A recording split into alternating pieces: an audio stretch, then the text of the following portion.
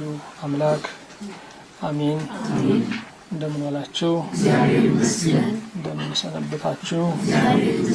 ምሕረቱ ብዙ የሆነ በቸርነቱ የሰበሰበን እግዚአብሔር ስሙ የተመሰገነ ይሁን።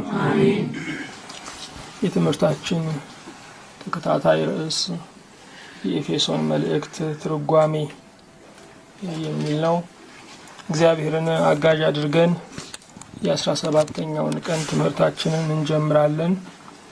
የሐዋርያው የቅዱስ ጳውሎስ መልእክት ወደ ኤፌሶን ሰዎች የተላከ ምዕራፍ 4 ከቁጥር 1 እስከ 6 ያለውን በጸሎት መንፈስ ሆነን እናነባዋለን።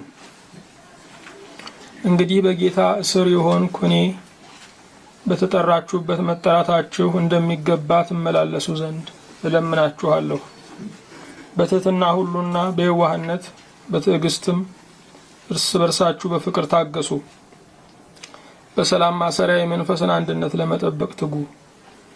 በመጠራታችሁ በአንድ ተስፋ እንደተጠራችሁ አንድ አካልና አንድ መንፈስ አለ። አንድ ጌታ፣ አንድ ሃይማኖት፣ አንዲት ጥምቀት፣ ከሁሉ በላይ የሚሆን በሁሉም የሚሰራ በሁሉም የሚኖር አንድ አምላክ የሁሉም አባት አለ። እግዚአብሔር የዘላለም አምላክ የምድር ሁሉ የዳርቻዎች ፈጣሪ እጅግ አድርገን እናመሰግንሃለን። ወደር በሌለው ፍቅር፣ መለኪያ በሌለው ቸርነት፣ በማይቆጠር ይቅርታ ለዚህ ስላደረስከን ጌታ ሆይ ተመስገን። የልባችን ደስታ፣ የነፍሳችን ሐሴት፣ የአንደበታችን ምስጋና፣ የጉልበታችን ብርታት፣ የዓይናችን ማረፊያ፣ የልባችንም ተስፋ አንተ ነህና ጌታ ሆይ ተመስገን። ስለ ጊዜው፣ ስለ ሰዓቱ፣ ስላዘጋጀህልን በጎ በረከት ሁሉ ጌታ ሆይ ተመስገን። ዓለሙ በረሃ ለሆነብን ለእኛ መና አለህና፣ ጥማት ላቃጠለን ለእኛ የዓለቱ ውሃ አለህና ጌታ ሆይ እናመሰግንሃለን። ስለ ቸርነትህ ጊዜውን ሰዓቱን ሁሉ ለክብርህ እንድትዋጀው እኛንም በመባረክ ደግሞ እንድታትረፈርፈን ጌታ ሆይ እንጠይቀሃለን። ጌታ ሆይ የቃልህን ምስጢር እንድንረዳ እንደሚገባ ደግሞ እንድናደምጥህ ከእግዚአብሔር እንደሰማ ሰው ሆነንም ደግሞ እንድንታዘዝህ እባክህ አግዘን። በሰላም ጀምረን እስክንፈጽም ሕሊናችንን፣ የሰራ አካላችንን፣ ጉባኤያችንን፣ አየሩን፣ ግዛቱን፣ ስፍራውን ሁሉ ለአንተ እናስረክባለን። በልጅህ በወዳጅ በኢየሱስ ክርስቶስ በእርሱ ያለ ክብር ጽን ለአንተ ይገባል።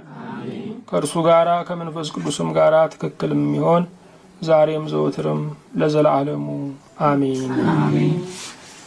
ባለፈው ሳምንት እግዚአብሔርን አጋዥ አድርገን ምዕራፍ 3ን አጠናቀናል። ምዕራፍ 3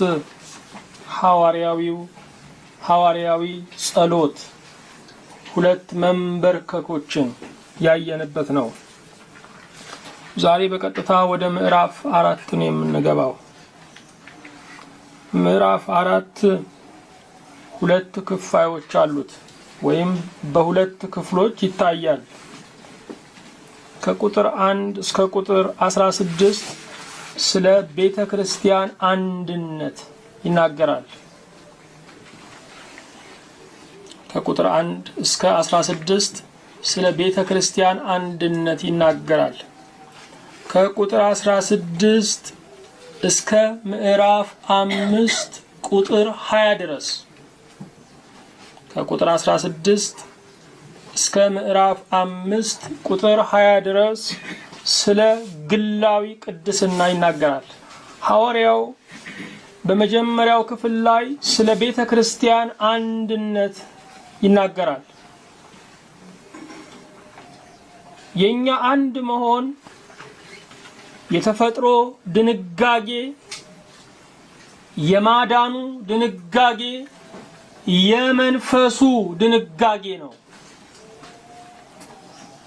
እግዚአብሔር አምላክ ፍጥረታትን ሁሉ ሲፈጥር ሁሉንም በየወገኑ ፈጥሮታል። ስለዚህ በየወገኑ ይኖራል፣ በየወገኑ ይጓዛል። አዕዋፋት በየወገናቸው ይበራሉ። አራዊት በየወገናቸው በቡድን ይጓዛሉ። የሰው ወገኑ ሰው ነው። ሰው የሚኖረው ከሰው ጋራ ነው። ስለዚህ አንድነታችን የተፈጥሮ ድንጋጌ ነው። የሰው ልጅ በኑሮ ላይ ከፍ ያለ ችግር የሚገጥመው የተፈጥሮን ማሰሪያ ልበጥስ ብሎ ሲነሳ ነው። በአንድነት መኖራችን የተፈጥሮ ማሰሪያ ነው። ያለ እናንተ ጎዶሎ ነኝ፣ ያለ እኔ ጎዶሎ ናችሁ። የምንሟላው በአንድነት ነው። ይሄ ጉድለት በተፈጥሮ በስላሴ ጥበብ ተከውኗል። ስለዚህ አንድነታችን የተፈጥሮ ምንድነው? ድንጋጌ ነው። ተፈጥሯችን ነው እንጂ ልምምዳችን አይደለም። አንድነት ተፈጥሯችን ነው፣ ባህሪያችን ነው እንጂ ልምምድ የታሪክ ውጤት የምርምርና የፍልስፍና ግኝትም አይደለም። እግዚአብሔር የፈጠረን በአንድነት እንድንኖር ነው። ይኸው በአንድነት እየኖርን ያለ ነው። ከበታቻችን ሰው አለ፣ ከበላያችን ሰው አለ፣ ከጎናችን ሰው አለ። በአንድነት ነው የምንሰራው፣ በአንድነት ነው የምንወጣው የምንገባው። አንድነታችን ግን አማራጭ ስለሌለን የምናደርገው እንጂ እንደ ጸጋ ተቀብለን የምናከናውነው አይደለም።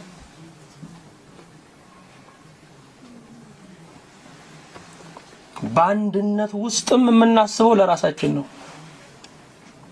በአንድነት ውስጥም በአንድነት እያላመጥን የምንጎሳው ግን በግላችን ነው። አንድነቱ ግላዊነታችንን በሚያጠናክር መንገድ ነው የምንጠቀምበት። አንድነታችንን የግላዊነታችን ሎሌ ነው ያደረግነው። ስለዚህ ሰዎችን እንፈልጋለን፣ እንደውላለን፣ ግንኙነት እናደርጋለን። ለዛ ለግላችን ጥቅም ማዳበሪያ ነው። ስለዚህ ሁሉም ነገር ወደ ስሌት ተለውጧል። እግዚአብሔር ከስሌት ኑሮ ያውጣል። ወገኖቼ አንዱን ነገር መምረጥ ያስፈልጋችኋል። ወይ በስሌት መኖር ነው ወይ በእምነት መኖር ነው። በስሌትና በእምነት መካከል በድንበር መኖር አይቻልም። አንድነታችን የተፈጥሮ ድንጋጌ ነው። አንድነታችን የማዳኑ ድንጋጌ ነው። የጌታችን የኢየሱስ ክርስቶስ ሞት ሰውና እግዚአብሔር የተገናኙበት መሰላል ነው። እኔና እናንተም የተገናኘንበት ድልድይ ነው።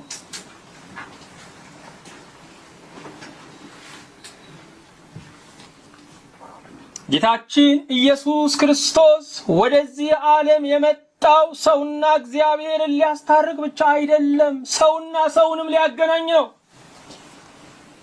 ከህዝብ፣ ከወገን፣ ከነገድ፣ ከቋንቋ ዋጅተ ለአባት መንግስት ካህናት እንዲሆኑ አደረካቸው። በራእይ 5 ቁጥር 9 እስከ 10 ላይ ራእይ 5 ቁጥር 9 እስከ 10 ላይ። ስለዚህ ቋንቋችንም ወገናችንም ቀለማችንም አስተሳሰባችንም የኑሮ ደረጃችንም የተለያየ ቢሆን እንኳን በክርስቶስ ግን አንድ ነን። ከሚያለያዩን በቂ ምክንያቶች በላይ አንድ የሚያደርገን ክርስቶስ ከምክንያቶች በላይ ነው። እግዚአብሔር በአንድነት ደስ የሚለውን ያህል ሰይጣን ደግሞ በመለየት ደስ ይለዋል።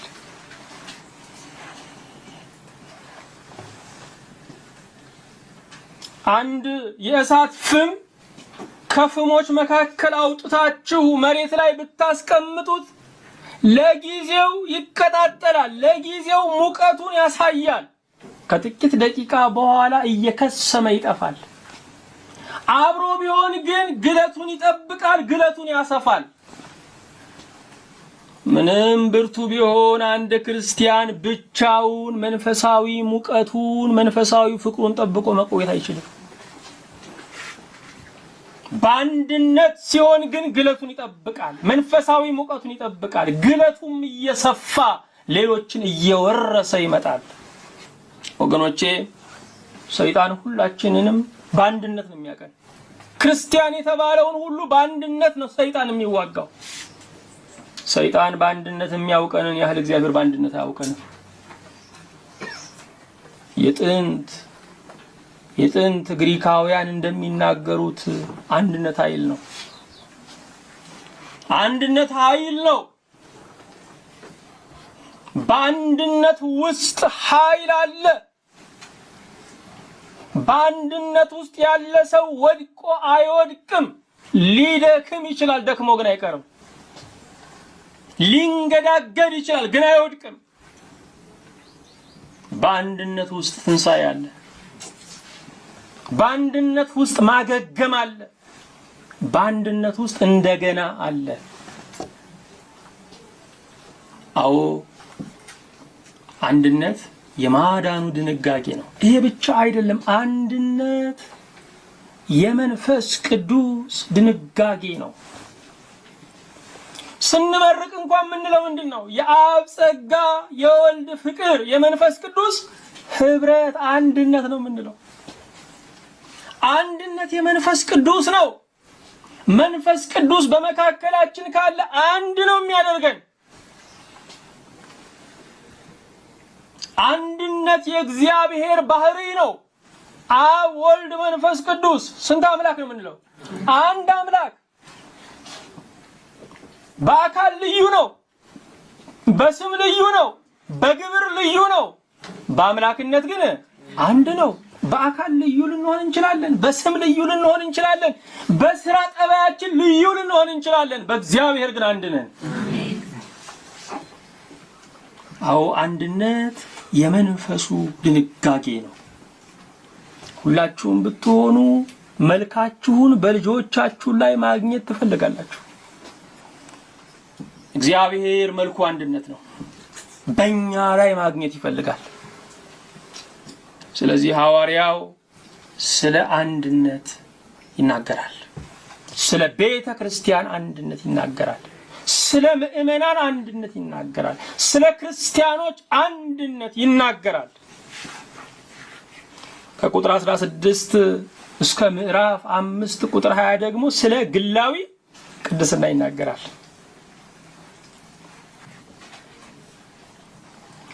አንድ የቆየ የማዘጋጃ ቤት ማስታወቂያ አለ። ሁሉም ሰው ቤቱን ካጸዳ አካባቢው ይጸዳል፣ አካባቢው ከጸዳ አገር ይጸዳል።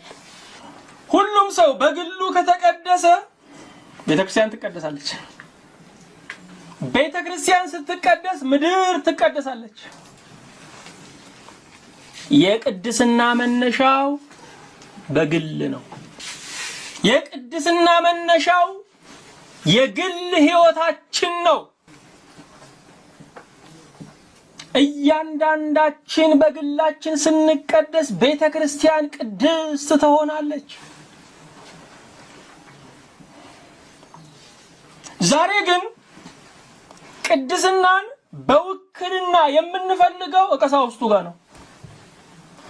ሲቀደሱ ንጹህ ሆነው ማየት የምንፈልገው ትልልቅ የሚባሉትን የቤተክርስቲያን መሪዎች ነው። እንደውም አንዳንድ ሰዎች እነሱ ይህንን ሁሉ የሚያውቁ ሰዎች ይህንን ካደረጉ ከኛማ ምን ይጠበቃል ይላሉ። ትልልቅ የሚባሉ ሰዎች መሆን ያለባቸውን ነገር አላወቁም። ያ ሰውዬ ግን እነሱ ምን መሆን እንዳለባቸው አውቋል። ስለዚህ ዕውቀቱ ከነሱ በላይ ነው፣ የሚጠየቀውም ከነሱ በላይ ነው። እኔ መሆን ያለብኝን ነገር ሳላቅ እኔ መሆን ያለብኝን እናንተ ካወቃችሁ ዕውቀታችሁ ከኔ በላይ ነው። ነገር ግን ወገኖቼ ባንዱ መርከስ እኛ በነፃ እንወጣም፣ ባንዱ መቀደስም እኛ በነፃ እንወጣም። ስለዚህ በግላችን ሁላችንም መቀደስ አለብን። መቀደስ የተመሪነት መቀደስ የመሪነት ድርሻ አይደለም። መቀደስ የክርስቲያን መልክ ነው። ሐዋርያው ስለ ግላዊ ቅድስና ይናገራል። ወገኖቼ ቅድስና ለራስ ነው። ቅድስና መጽሐፉ እንደሚናገረው ለእግዚአብሔር ነው። እኛ አንዳንድ ቅድስናዎች አሉ ለክርስቲያኖች መካከል ስንገኝ የይሉኝታ ቅድስና አለን። ቅድስና ግን ለሰው አይደለም፣ ቅድስና ለእግዚአብሔር ነው። እውነተኛ ቅድስና እግዚአብሔር እንደሚያየን ሆነን መኖር ነው። ወገኖች ከሰው ጋር ድብብቆሽ መጫወትማ በጣም ይቻላል። ከሱሶች አንዱም ነው። ሰዎች ከሰዎች ጋር ድብብቆሽ መጫወት እንደ ሱስ ነው የሚሆነባቸው። ቅድስና ግን እግዚአብሔር እንደሚያየን ሆነን መኖር ነው። የቅድስና ዋጋ ከፋይ እግዚአብሔር ብቻ ነው። ስለዚህ ሐዋርያው ስለ ግላዊ ቅድስና ይናገራል። እስቲ ወደ ክፍሉ እንግባ። ምዕራፍ 4 ቁጥር 1 ኤፌሶን። እንግዲህ በጌታ እስር የሆንኩ እኔ በተጠራችሁበት መጠራታችሁ እንደሚገባ ትመላለሱ ዘንድ እለምናችኋለሁ። እንግዲህ በጌታ እስር የሆንኩ እኔ በተጠራችሁበት መጠራታችሁ እንደሚገባ ትመላለሱ ዘንድ እለምናችኋለሁ። ሐዋርያው በጌታ እስር የሆንኩ ይላል። ሐዋርያው የሮማ መንግስት እስረኛ ነው። የሚያምነው ግን የክርስቶስ እስረኛ መሆኑን ነው። ሐዋርያው የሮማ እስረኛ ነው።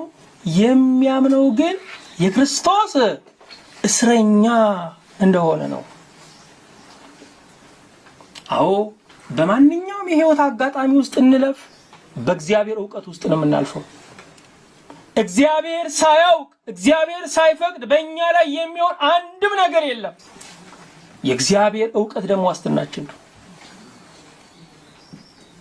እግዚአብሔር በሚያውቀው ነገር ውስጥ ዋስትና አለን። በጌታ እስር የሆንኩ። ይሄ ብቻ አይደለም። በጌታ እስር የሆንኩ እያለ ሐዋርያው በእስራቱ እየተመካ ነው ያለው። ስለ ክርስቶስ እስረኛ መሆን ያስመካል። ዛሬ እየተመካን ያለነው በስደታችን ነው ወይስ በወርቃችን ነው? ዛሬ እየተመካን ያለነው ስለ ክርስቶስ በመነቀፋችን ነው ወይስ ደግሞ በእውቀታችን ነው? የእውነተኛ ክርስቲያን ትምክህቱ ሰንሰለቱ እንጂ ወርቁ አይደለም። ሐዋርያው በጌታ እስር የሆንኩ ይላል። በእርግጥም ነፃ ወጥቷል። አሁን ግን በፈቃዱ ለክርስቶስ ምንድነው? እስረኛ ነው። ሁላችንም ብንሆን በክርስቶስ ነፃ ወጥተናል። የወደድነውን መምረጥ እንችላለን። ከክርስቶስ ይልቅ ግን የሚመረጥ ስለሌለ በፈቃዳችን ባሮች ሆነናል። ጌታችን ኢየሱስ ክርስቶስ ከሞት ባርነት ነፃ ካወጣን በኋላ እንደገና የፍቅር ባሮች አድርጎናል። ቀንበርን አንስቶ ቀንበርን የሚሰጥ ጌታ ነው።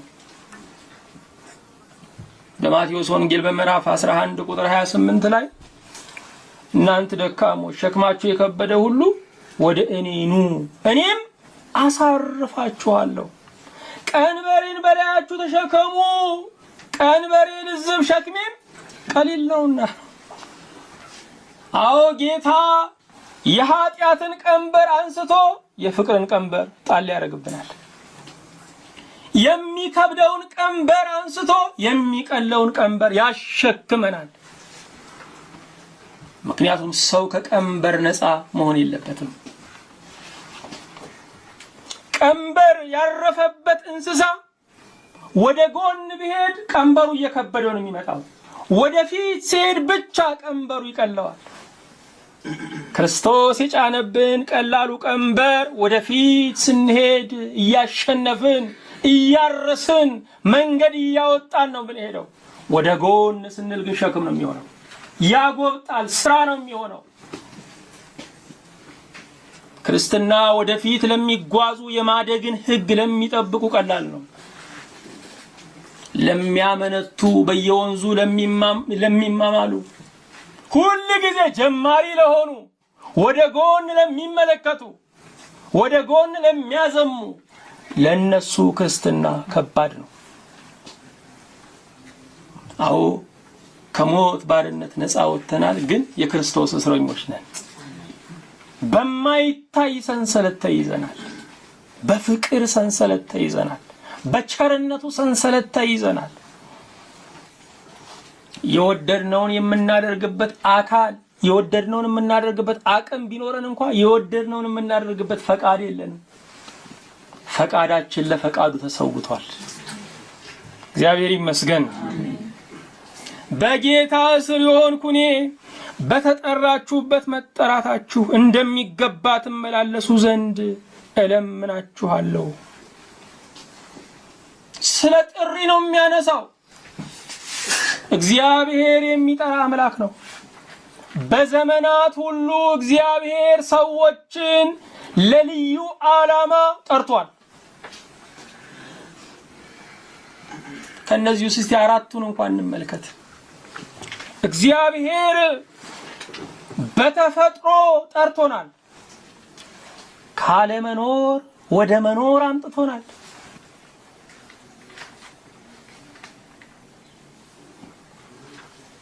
እግዚአብሔር የለም የሚሉ ሰዎች፣ እግዚአብሔር አያስፈልገኝም የሚሉ ሰዎች እንኳን ሳይቀሩ በተፈጥሮ የእግዚአብሔር ጥገኞች ናቸው። እግዚአብሔር የሁላችንም መነሻ ነው።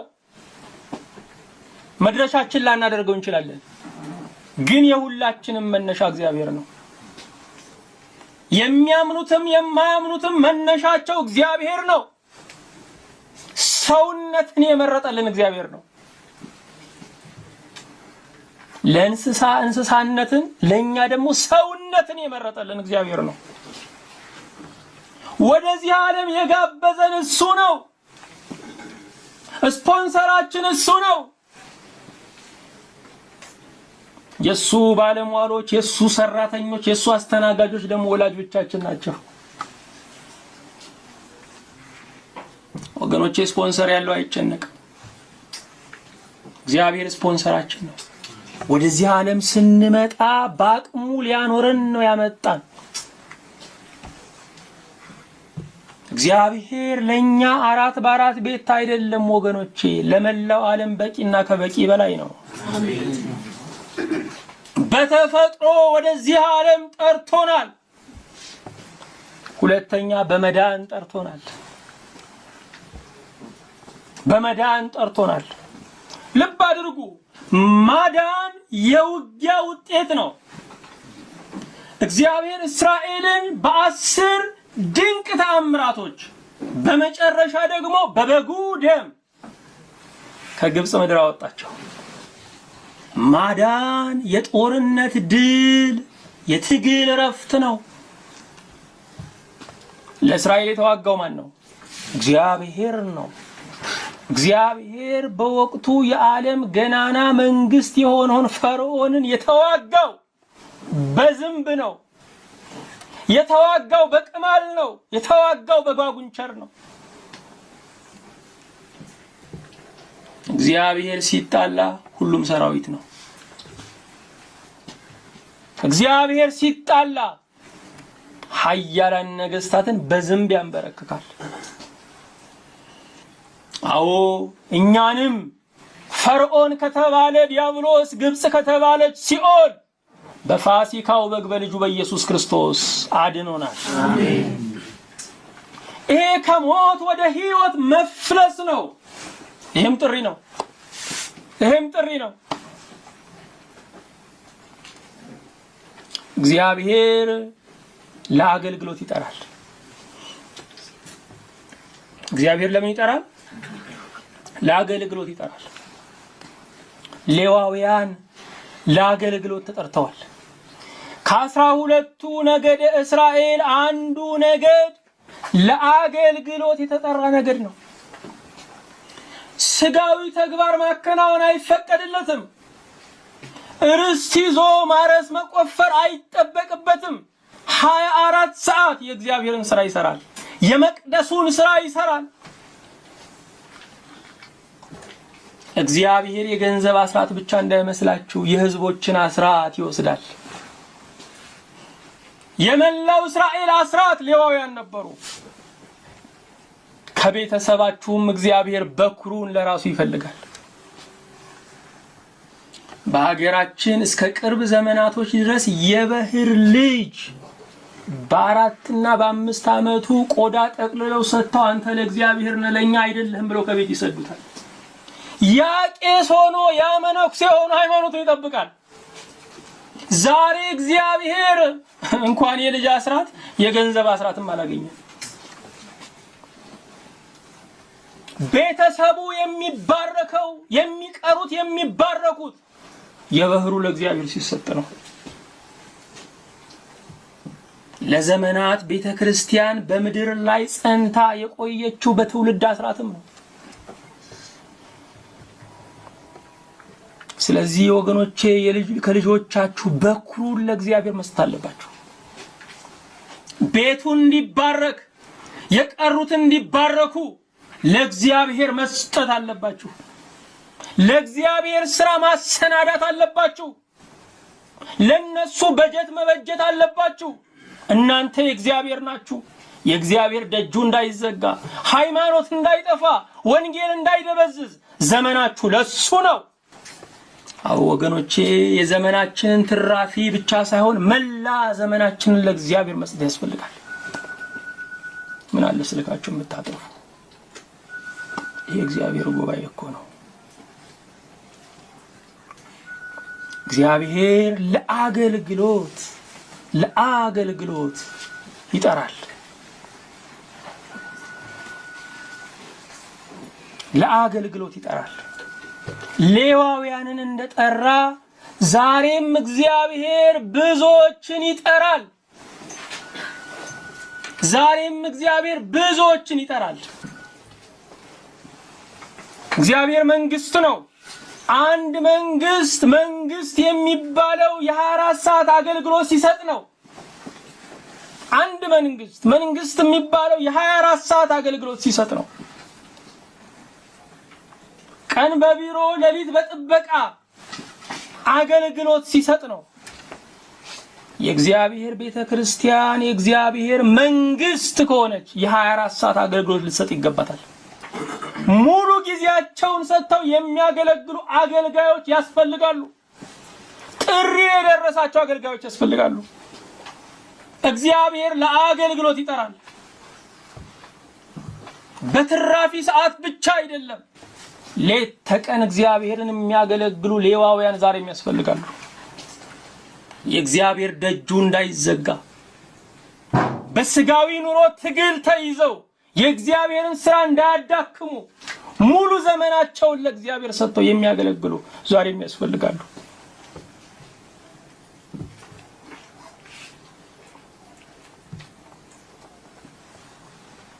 ይህ ብቻ አይደለም። እግዚአብሔር በድንግልና እንዲያገለግሉት ይጠራል።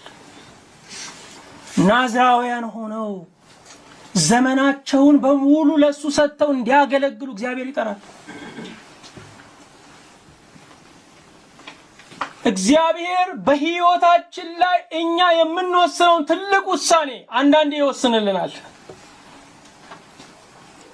ስለዚህ በድንግልና እንዲያገለግሉት ብዙዎችን እግዚአብሔር ይጠራል።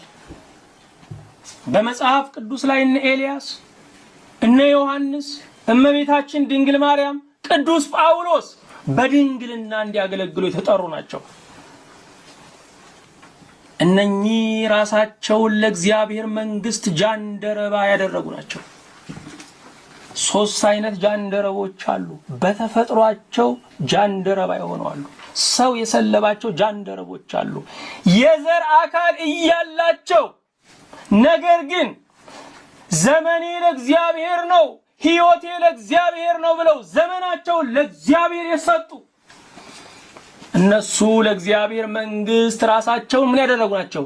ጃንደረባ ያደረጉ ናቸው። እኔ ባለመውለዴ የዓለም ሕዝብ ቁጥር አይቀንስም፣ እግዚአብሔርን ባገለግል ይሻለኛል የሚሉ እነኚህም ጥሪ የደረሳቸው በእግዚአብሔር መንግስት የከበሩ ናቸው። እግዚአብሔር በድንግልና እንዲያገለግሉትም ይጠራል።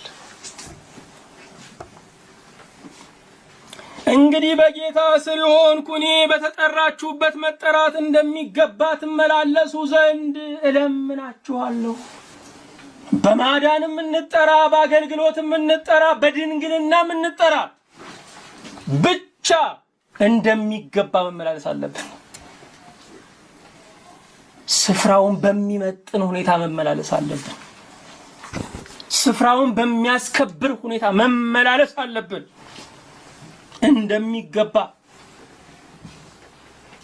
እንደሚገባ ምን ማለት ነው? ቦታን መያዝ ነው። የመጀመሪያ ቦታን መያዝ ነው። ብዙ ሰዎች የተጠሩበትን ቦታ አልያዙ።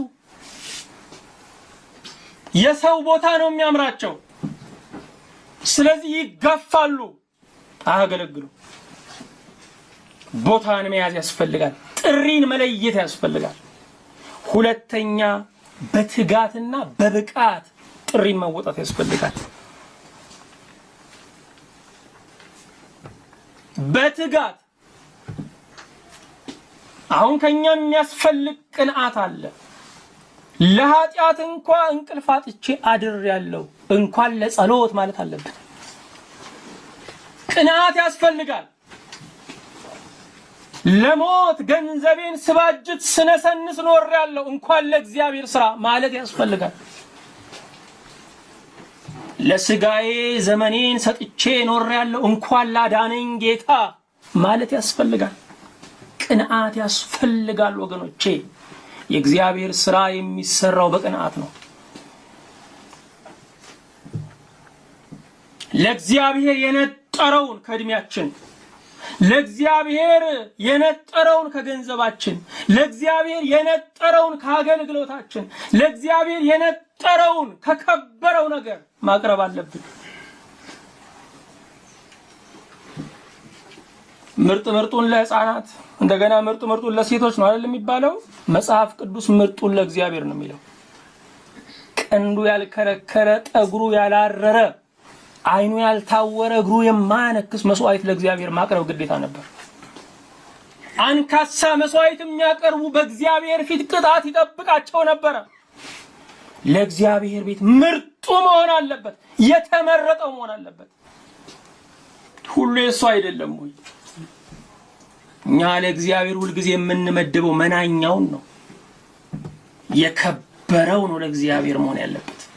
የተደነቀው ነው ለእግዚአብሔር መሆን ያለበት።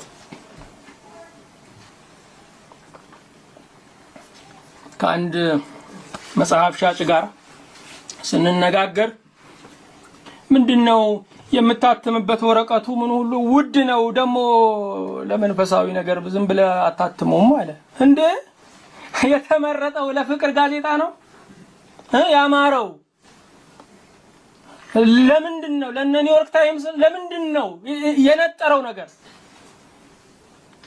ቢሆንልኝ አልኩት ለጌታዬ ሥራ ሁሉንም በአርት ፔፐር ባትም ደስ ይለኛል። ከዛም የተሻለ ካለ በመጨረሻው ምርጥ መሰራት ያለበት የእግዚአብሔር ነገር ነው። እኛ እግዚአብሔርን እንዴት ነው የምናስበው ወገኖቼ? እንዴት ነው ለእግዚአብሔር የምናስበው? የተመረጠው ለእርሱ ነው። እግዚአብሔር ይመስገን። ምርጡ ነገር ለሱ ነው። ወደ እግዚአብሔር ቤት ስንሄድ እንኳን ወደ ቤተ ክርስቲያን ስንሄድ እንኳን ወገኖቼ ሴቱም በሰራበት ቀሚሱ ጭስ በጠጣው ቀሚስ ነው፣ ከላይ ሸብ አድርጎ ነው። ወንዱም እንደው ዝም ብሎ በቱታው በመኑ እንደው ሄድ ማለት ነው። ስንመለስ ሰው ጋር ስንሄድ ግን አምረን ተውበን ሽቷችንን ተቀብተን ነው። ወገኖቼ እግዚአብሔር ይሄን እንጂ ማማር ለእግዚአብሔር ነው እንጂ በሐቅ እኮ ስንናገር ያለን እሱ ነው። የሚያየንም እሱ ነው፣ የሚመለከተንም እሱ ነው። ከላይ እስከ ውስጥ መጽዳት ያለብንም ለሱ ነው። ማን አለ ሌላ? ንጉሥ ፊት እኮ ነው የምንቀርበው ወገኖቼ። ታጥበንና ታጥነን ተኩለን ሊሆን ይገባል እኮ። የተመረጠውን ለብሰን ሊሆን ይገባል። አዎ እግዚአብሔር የተመረጠ ነገር ይወዳል።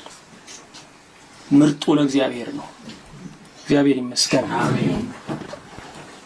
እንደሚገባ ትመላለሱ ዘንድ በትጋት ትመላለሱ ዘንድ በአዲስ ኪዳን ውስጥ በመደጋገም ከተነገሩት ቃላቶች አንዱ ትጉ የሚል ቃል ነው። ትጋት ስራው እየተሰራ ሊሆን ይችላል፣ ግን በትጋት መሰራቱ ይመረመራል። ትጋት ከጌታ ጋር ትጉ ይላል በማቴዎስ 26 ቁጥር 38 ላይ። ከራሳቸው ጋር የሚተጉ አሉ፣ ተግተው ስለራሳቸው የሚያስቡ እንቅልፍ አጣ። ከዓለም ጋር የሚተጉ አሉ፣ ሲደልቁ ሲያስደልቁ የሚያድሩ። ከሰይጣን ጋር የሚተጉ አሉ፣ ክፉ መናፍስትን ሲለማመኑ በየወንዙ በየሌሊቱ። ከጌታ ጋር መትጋት ያስፈልጋል። ከተጋን መትጋት ለሱ ነው። ይሄ ብቻ አይደለም፣ ጊዜው አይታወቅምና ትጉ ይለናል የእግዚአብሔር ቃል። ጊዜው አይታወቅም። ክርስቶስ የሚመጣበት ወይ ወደ ክርስቶስ የምንሄድበት ጊዜው አይታወቅም። ወገኖቼ ክርስቶስ መጥቶ ስንገናኘው ምጽአት ነው፣ ሄደን ስንገናኝ ምጽአት ነው። ምጽአት የሚያደርገው የሰማይና የምድር መደባለቅ አይደለም፣ የእኛና የክርስቶስ መገናኘት ነው።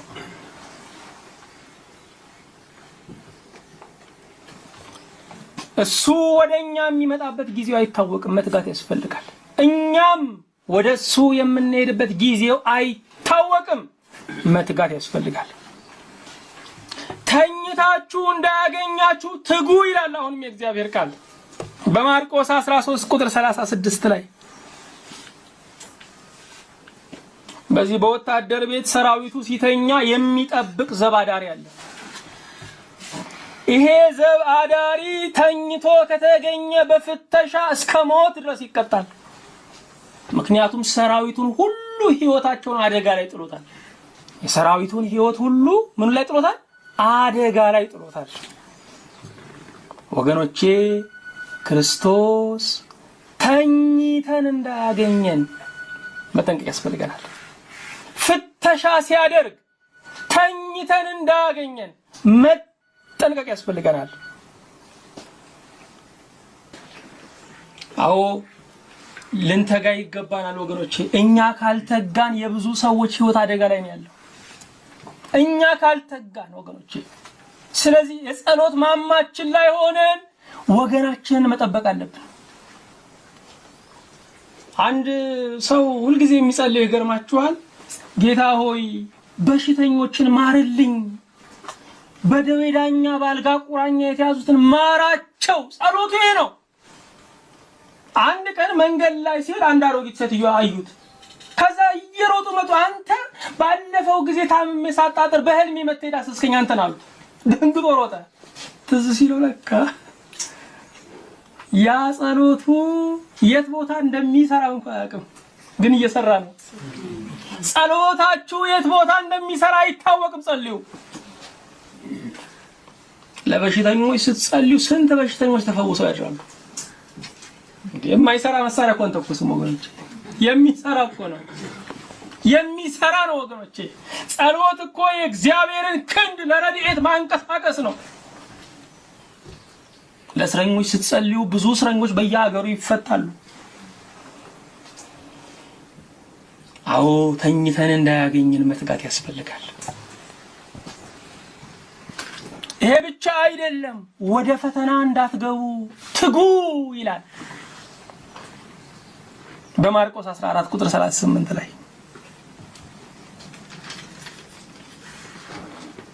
እኛ የምንተጋው ወደ ፈተና ከገባን በኋላ ነው። እሱ እየተገረፉ እንደመጸለይ ነው። ከታመሙ በኋላ መድኃኒት ከመዋጥ አስቀድሞ መጠንቀቅ ነው የሚሻለው። ወደ ፈተና እንዳንገባ ተግተን መጸለይ ያለብን ወገኖቼ። ሌባ ወደ ቤታችን እንዳይገባ አጥሩን እናጥራለን። እንደገና ደግሞ እየሰባበርን ደግሞ መስታወቱን ደግሞ እንዘራለን። ከዚያ በኋላ ደግሞ አደገኛ አጥር ብለን ደግሞ እንደረድራለን። ቤታችን አጥር አለው፣ ህይወታችን ግን አጥር የለው።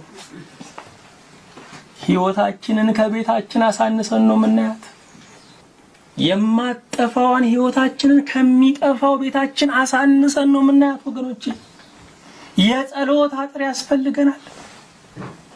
ወደ ፈተና እንዳትገቡ አትገቡ።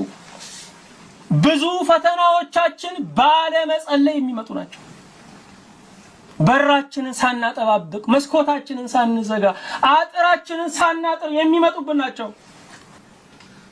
በፊቱ ለመቆም ትጉ ይለናል በሉቃስ 21 ቁጥር 36 ላይ።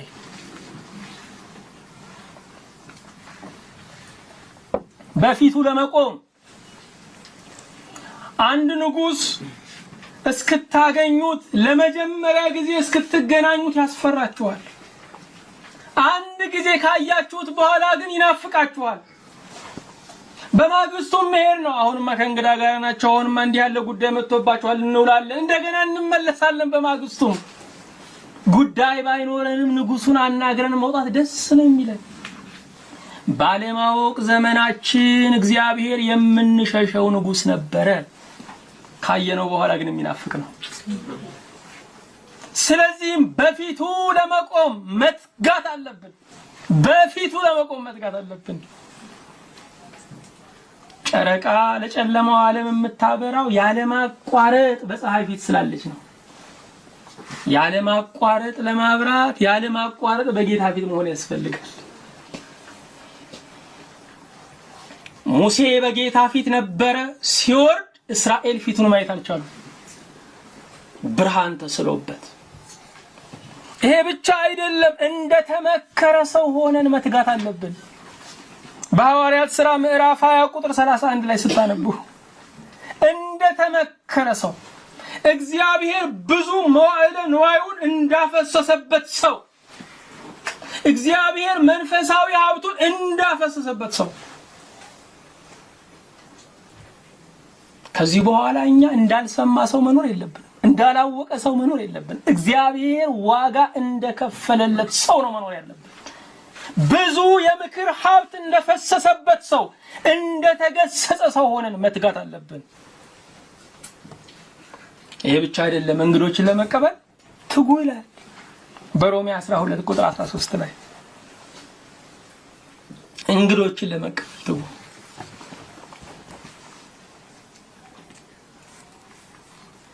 እንግዶችን ለመቀበል ትጉ ወገኖቼ። እግዚአብሔር እንግዳ ሆኖ ይመጣል። እኛ የተቀበልነው የምናውቀውን ሰው ነው፣ ግን እግዚአብሔር ሊሆን ይችላል።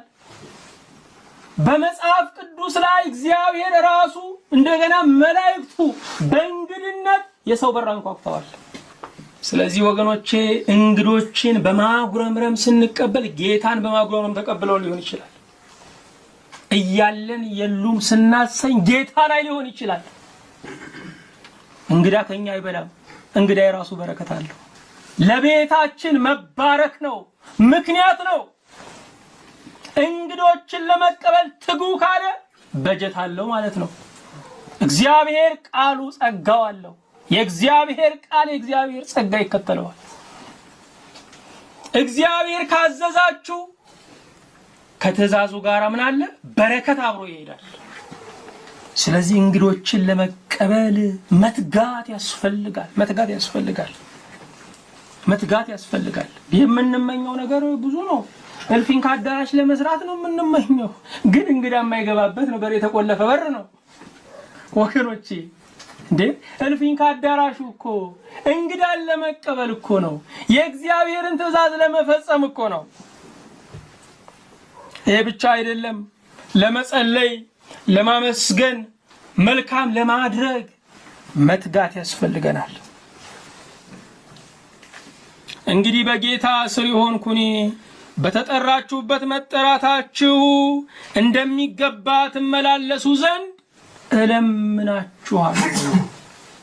ተማጽኖ ነው ነገር አይደለ? እለምናችኋለሁ። ለምንድን ነው የሚለምነው? ለምንድን ነው የሚለምነው? በኤርምያስ 48 ቁጥር 10 ላይ የእግዚአብሔርን ሥራ በቸልታ የሚሰራ እርጉም ይሁን ተብሎ ተጽፏል። እየለመነ ያለው እንዳንረገም ነው። የእግዚአብሔርን ሥራ መስራት ብቻ አይደለም፣ በቸልታ የሚሰራ እርጉም ነው። ስራው ሊከናወን ይችላል። በግብር ይውጣ የሚሰራ፣ በማቃለል የሚሰራ፣ በቸልታ የሚሰራ እርጉም ይሁን። እግዚአብሔር ከዚህ እርግማን ይጠብቀን። ለማንም አይደለም የምንሰራው። የእግዚአብሔር ስራ ፉክክር የለው፣ ቀኝ ግራ የምናይበት አይደለም። ወገኖቼ በሚያልፈው እድሜያችሁ የማያልፍ ስራ ስሩበት። በሚያልፈው ገንዘባችሁ የማያልፍ ስራ ስሩበት። በሚያልፈው ነገር የዘላለም ወዳጅ ማፍራት ቀላል እንዳይመስላችሁ፣ ብልህነት ነው። ቁጥር 2 እንደዚህ ይላል፣ በትህትና ሁሉና በየዋህነት በትዕግስትም እርስ በርሳችሁ በፍቅር ታገሱ፣ በሰላም ማሰሪያ የመንፈስን አንድነት ለመጠበቅ ትጉ ይላል። ልንመላለስበት የሚገባውን መንገድ ያሳየናል። የመጀመሪያው ትህትና ነው። ትህትና ነው። የመንፈሳዊ ሰው ካባው ምንድነው? ትህትና ነው። ትህትና ነው። የመንፈሳዊ ሰው ሰንደቅ ዓላማው ምንድነው? መለያው ምንድነው? ትህትና ነው። ትህትና እግዚአብሔርን እንደሚገባ የማወቅ ውጤት ነው። ይህ ብቻ አይደለም። ትህትና ራሳችንን በቅጡ የማወቅ ውጤት ነው። እግዚአብሔርን የማያውቅ ሰው ትዕቢተኛ ነው። ራሱን የማያውቅ ሰው ትዕቢተኛ ነው። ትዕቢተኛ ከእግዚአብሔርና ከራሱ የሸፈተ ነው። ራሱና እግዚአብሔር የተጣሉት ነው።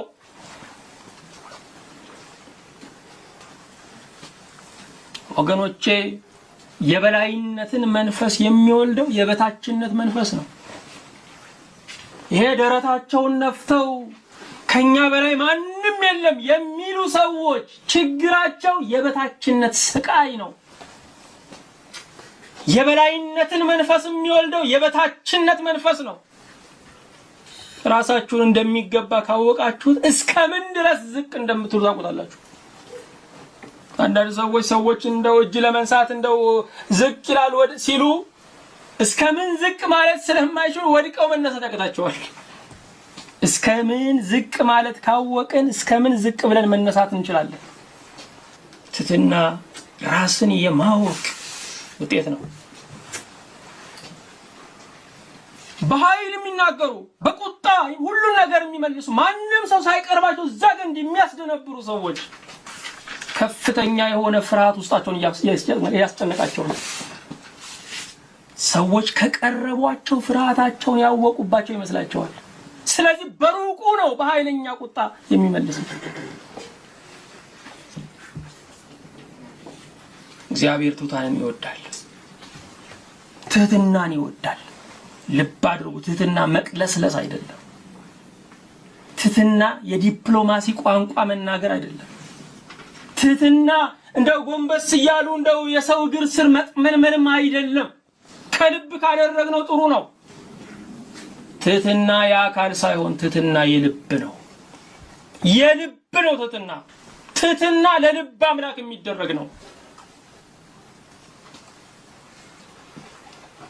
አንድ ወቅት አስታውሳለሁ፣ አገልግዬ ስወርድ ከቤተ ክርስቲያን መድረክ አንድ ያገለግል ነው። ለመንፈሳዊ ሕይወት ከመጣ በኋላ ወደ ድቁናውም ከዛ በኋላ እንደው ወደ መንፈሳዊ አገልግሎቱም አለ። እኔ ነበርኩ መጀመሪያ ያገለገልኩት። ከዚያ በኋላ ልውጥ አለ ያ ሰው እና የሚመክረው ሁሉ ክፉ ሆነ። ሰማለሁ፣ ልብ ያዝናል። አንድ ቀን አስተምሬ ስወርድ የሰው መጣና እንደው አለወትሮ እንደው ጉልበቴን እንደው ሊስም ፈለገ። ኧረ ተነስ አልኩኝ፣ ቀፈፈኝ። ይሄ ዝቅ ማለት የዛሬው አልኩት ለትህትና ሳይሆን እኔን ከስር ነቅሎ ለመጣል ነው አልኩኝ። ደነገጠ። እስከ ምሽቱ 4 ሰዓት አልተለየኝም ይዞኝ። ለካ የመጣው ስለኔ ከሚመከርበት ጉባኤ እየመራ ነው። አዎ አንዳንድ ዝቅ ማለቶች ትህትና አይደሉም፣ ሰውየውን ከስሩ ነቅሎ ለመጣል ነው። የሚፈልጉትን እስኪያገኙ አስፋልት የሚሆኑ ካገኙ በኋላ ዳምጠው የሚሆኑ ብዙ ናቸው ወገኖቼ። በትህትና የሚሸቅጡ ብዙ ተዋንያን አሉ።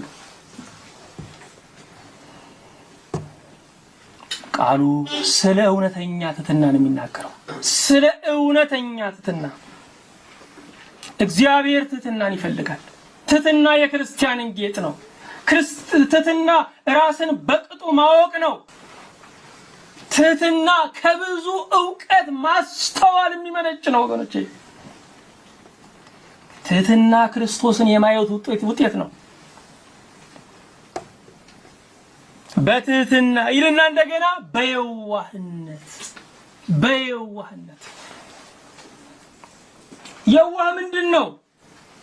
የዋህ የሚባል ትሕትናና አዛኝነትን ያጣመረ እሱ የዋህ ይባላል። አንዳንድ ሰዎች ትሑታን ናቸው።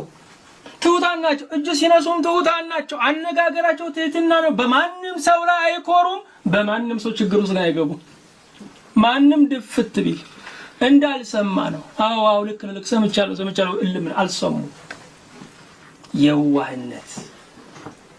የዋህነት ትሕትናና ደግነት በውስጡ ያለው ነው። ትሕትና ግማሽ መንገድ ነው። የዋህነት ግን ሙሉ መንገድ ነው። በትሕትና በየዋህነት ይልና በትዕግስት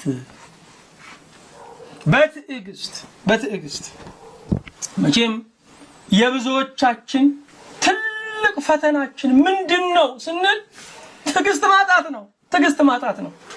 እኛ ሁሉ ጊዜ ትዕግስት ማጣትን የምንተረጉመው ግልፍ ማለት ብለን ነው አይደለም። የጀመሩትን ነገር መጨረስ አለመቻል ትዕግስት ማጣት እኮ ነው። እነኚህ ሰዎች አይቆጡም፣ ግንፍል አይሉ። የጀመሩትን ለመጨረስ ግን ይታክታሉ። ታካችነት ትዕግስት ማጣት ነው። ምንድነው ትዕግስት? አሁንስ ምንድነው ትዕግስት? ወገኖች ትዕግስት ተስፋ የማድረግ ውጤት ነው። የሚመጣው ካሁኑ የተሻለ ነው። ከበረዶ በኋላ፣ ከውሽንፍር በኋላ፣ ከጭጋግ በኋላ ጸዳል ይወጣል፣ ጸጥታ ይሆናል፣ ብርሃን ይፈካል ማለት ትዕግስትን ያመጣል። ትዕግስት የሚወለደው ከተስፋ ውስጥ ነው። ትዕግስት ካጠራችሁ ተስፋ ቆርጣችኋል ማለት ነው። የትዕግስታችሁ ችግር የተስፋችሁ ችግር ነው።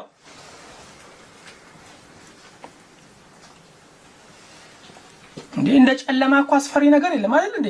ጨለማው ግን ለማረፊያ ራሳችንን ጣል ለማድረግ ለምንድን ነው የምንፈልገው? ማንም ሰው በምሽት እንዲረብሸን የማንፈልገው ለምንድን ነው? በሚደውሉብን ሰዎች የምንበሳጨው ለምንድን ነው? ጨለማው የብርሃን ተስፋ አለው። ይነጋል ብላችሁ ነው የምትተኙት። አሁን ያለው ጨለማ የማያስፈራችሁ፣ አሁን ያለውን ጨለማ የምትታገሱት ይነጋል የሚል ተስፋ በውስጣችሁ ሲኖር ነው። የትዕግስት ሞተሩ ተስፋ ነው። የትዕግስት ሞተሩ ምንድነው?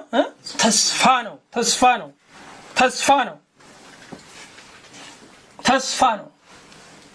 እነኚህ ዝሆን የሚያድኑ ሰዎች ምን ያደርጋሉ? ዝሆኑን በቀላሉ ማደን ስለሚያቅታቸው ሁሌ የሚደገፈውን ግንድ ገዝግዘው ይቆዩታል። ስለዚህ ያንን ሲደገፈው በቀድሞ ኃይሉ መስሎት ሲደገፈው አብሮት ይወድቃል። የዚያን ጊዜ ይመቱታል። ሰይጣን በብዙ ያልቻላቸውን ሰዎች፣ በአደን ያልቻላቸውን ሰዎች የተስፋቸውን ግንድ በመገዝገዝ ነው የሚጥላቸው። ምንም ይሰረቅባችሁ ተስፋችሁን እንዳታሰርቁ፣ ምንም ነገር ክሰሩ ተስፋችሁን እንዳትከስሩ። ወገኖች ሳይበሉም 3-4 ቀን ይቆያል። ውሃም ሳይጠጣ ያለ ተስፋ ግን 1 ደቂቃ መኖር ከባድ ነው። ትዕግስት የብዙዎቻችን ህይወት ቁጣ የሞላ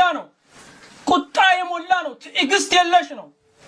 ለዚህ ደግሞ ምክንያት የምናደርጋቸው ሰዎችን ነው። በአንድ ገዳም የሚኖር አንድ መነኩሴ ነበረ።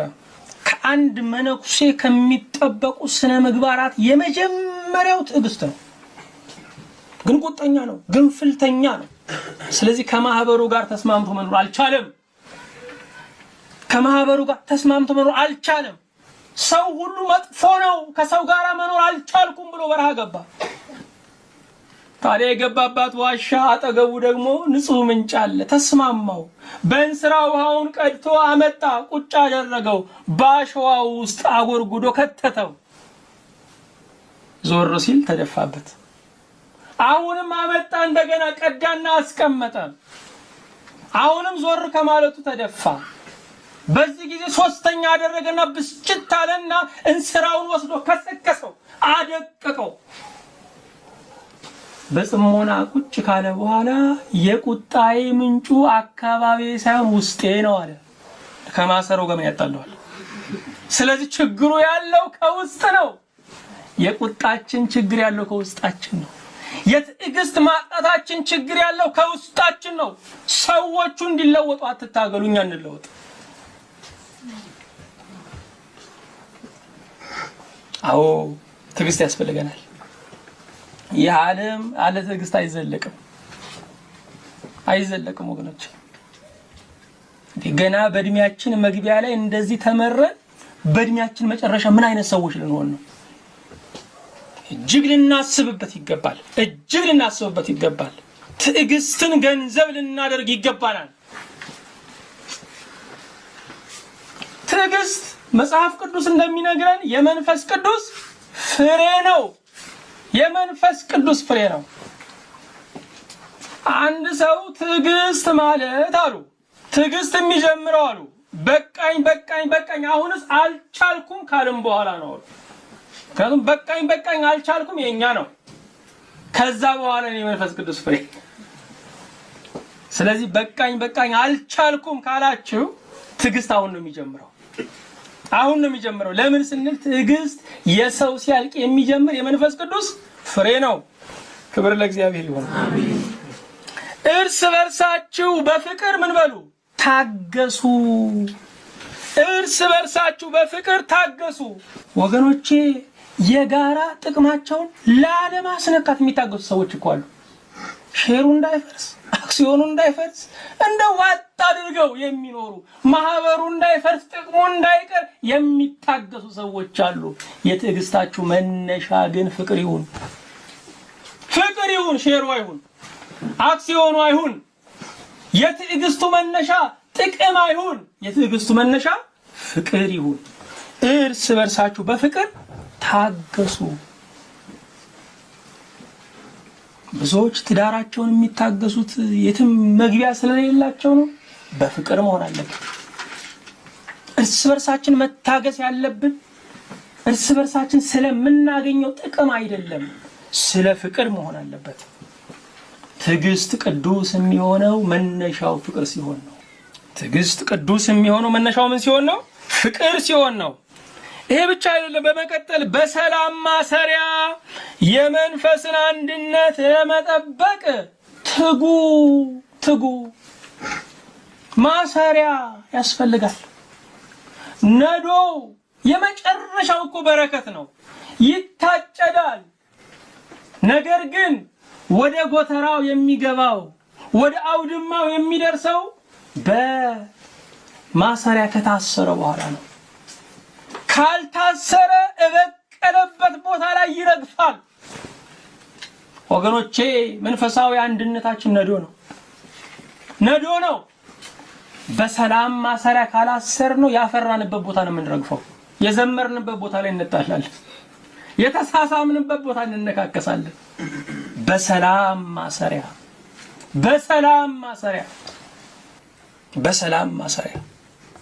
መታሰር አለበት። የመንፈስን አንድነት ለመጠበቅ ትጉ። ይሄ አንድነታችን የመንፈስ ቅዱስ ነው። እኛ ደስ ከሚለን በላይ መንፈስ ቅዱስ በእኛ አንድነት ደስ ይለዋል። መንፈስ ቅዱስ ወደኛ የመጣው አንድ ሊያደርገን ነው፣ አካል ሊያደርገን ነው። ስለዚህ የመንፈስ ቅዱስን ማደሪያ ይህንን አንድነታችንን መጠበቅ ያስፈልጋል። ማደሪያው ከፈረሰ መንፈስ ቅዱስ ይለየናል። ስለዚህ መንፈሳዊ አንድነታችንን ከመቼውም ጊዜ ይልቅ መጠበቅ አለብን። ከመቼውም ጊዜ ይልቅ እየተመታ ያለው አንድነታችን ነው። ከመቼውም ጊዜ ይልቅ የባልንጀርነት ፍቅሩ እየተመታ ነው። የትዳር ፍቅሩ እየተመታ ነው። የቤተሰብ ፍቅሩ እየተመታ ነው። የቤተ ክርስቲያን ፍቅር እየተመታ ነው። መንፈስ ቅዱስ ግን የመንፈስን አንድነት ለመጠበቅ ትጉ ይለናል። ለመንፈሳዊ አንድነታችን ሁላችንም ዘባዳሪ መሆን አለብን። መጸለይ አለብን። መመካከር አለብን። እግዚአብሔር ያግዘን። አሜን።